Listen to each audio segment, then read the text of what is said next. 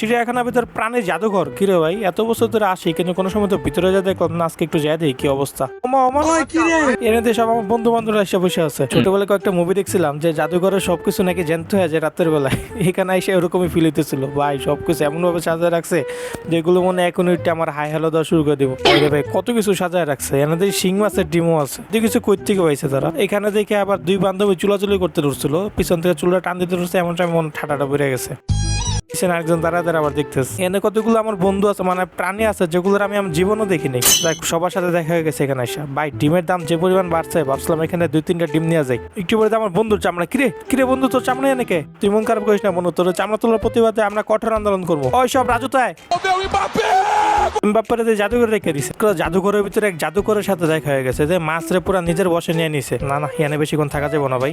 এখানে দিয়ে আবার আমার এক্সের চামড়া, কি রে ভাই বুঝলাম না। পুরো জাদুঘর চুলে আমার বন্ধু বান্ধব এক্সট্রা সবকিছুতে ভরা থাকবে, এনে বেশিক্ষণ থাকবো না, পরে থাকলে আবার আমার না ধরে রেখে দেয়। টাটা।